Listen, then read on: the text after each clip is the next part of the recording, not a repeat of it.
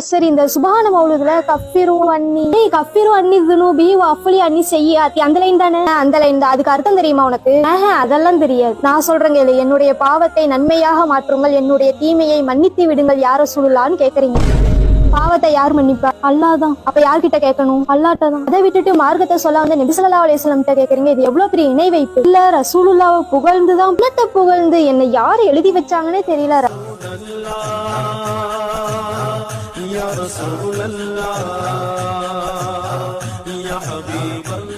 முதலாவது இந்த யானபி பைத் என்ற பைத்தை நீங்க எடுத்து பார்த்தீங்கன்னா, யானபி சலாம் அலைக்கும் யா ரசூல் சலாம் அலைக்கும் என்று வரக்கூடிய அந்த பைத்துடைய அஷ்ரகல் பத்ரு அலைனா ஃபஹதஃபத் மின்ஹுல் புதூரு என்று வரும்.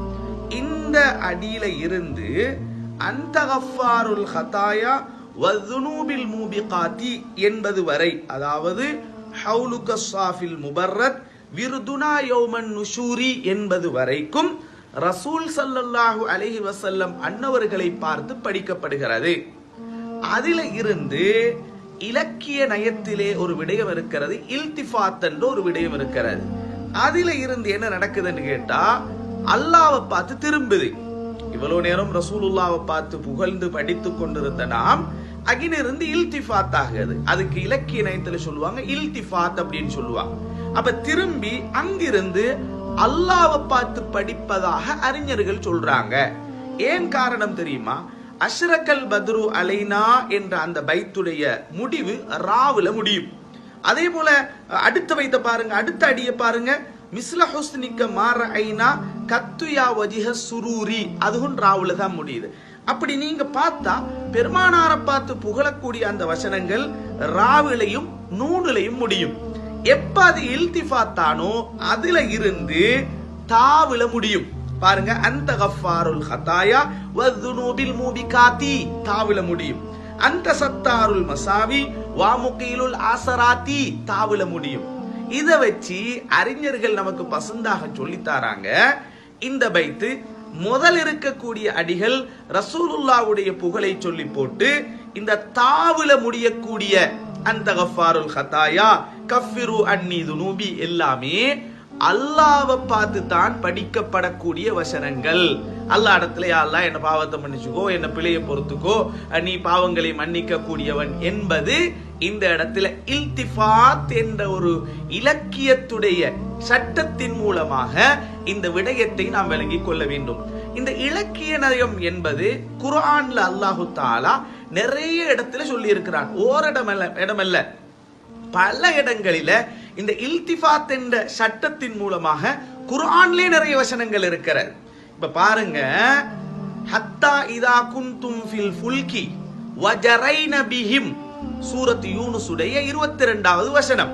இப்ப பாருங்க, ஹத்தா இதா குன்தும் ஃபில் ஃபுல்க், நீங்கள் கப்பலிலே இருக்கும் வரை, நீங்கள் வஜரைன பிஹிம், அவர்களை கொண்டு கப்பல் செல்லுகிறது.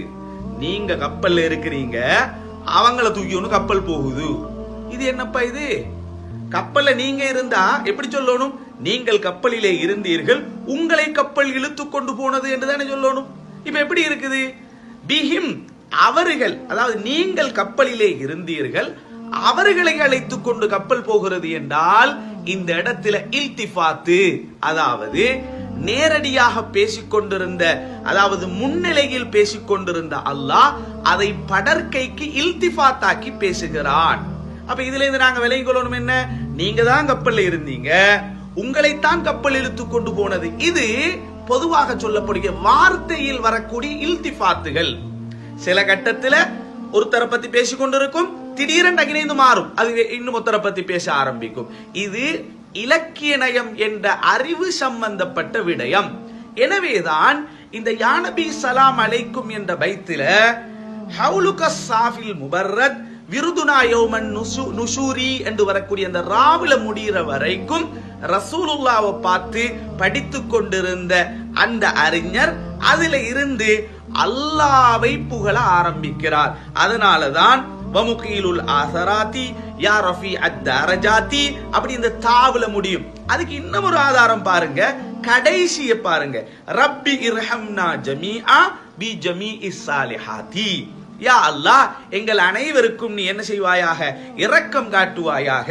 அதே போல எதை கொண்டு நாம் செய்யக்கூடிய எல்லா நல்லமல்களை கொண்டும் எங்களுக்கு நீ இரக்கம் காட்டுவாயா. அதையும் பாருங்க, தாவுல தான் முடியும். அப்ப இது தெளிவாக இருக்குது. இதை வச்சு கொண்டு சுருக்க செய்கிறார்கள் என்று சொல்றேன்னா அவருக்கு அது சம்பந்தமான அறிவு இல்லை. சரி, இன்னும் ஒரு விஷயத்தையும் எடுத்துக்கொள்ளுங்க.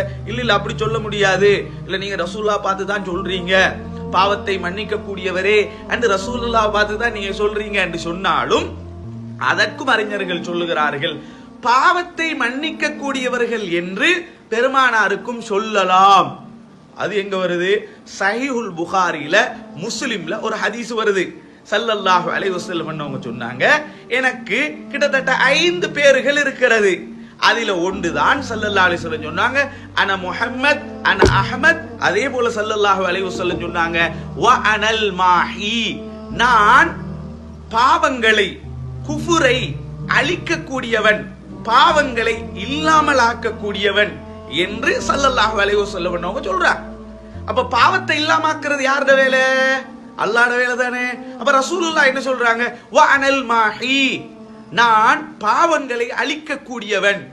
அப்ப ஒருவேளை இந்த இடத்துல கஃபிரு அன்னி துனூபி என்பதை வச்சு ரசூலுல்லாவை ஒருவன் நாட்டமாக வைத்து படித்தால் கூட பிரச்சனை இல்லை என்று அறிஞர்கள் சொல்றாங்க.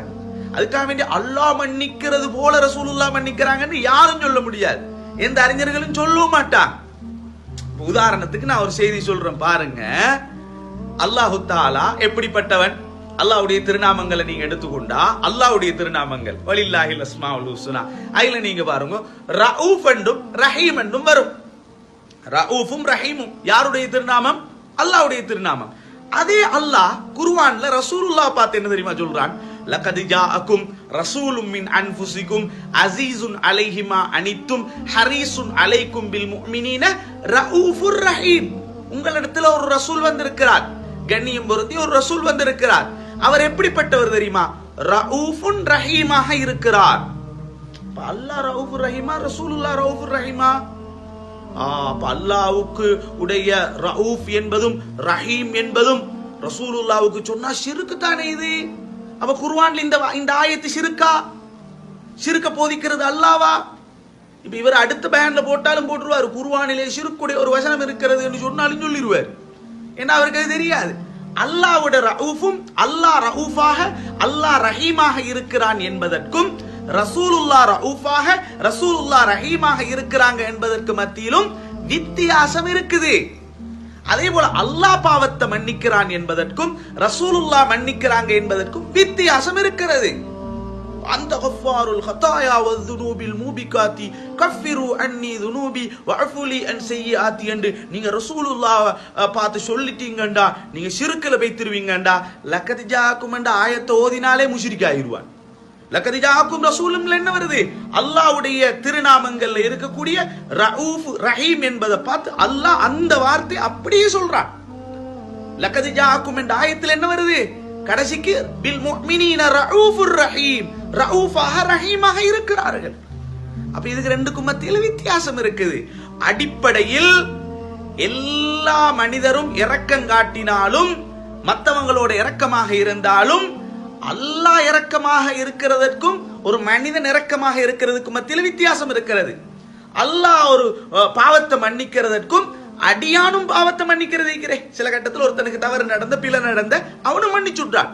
அப்ப அல்லாஹ்வும் மன்னிக்கிறான், அடியானும் மன்னிக்கிறான். எனவே மன்னிக்க கூடியவன் சொல்லக்கூடாது என்று சொல்ல முடியாது. அந்த ரெண்டுக்கும் மத்தியில வித்தியாசம் இருக்கு.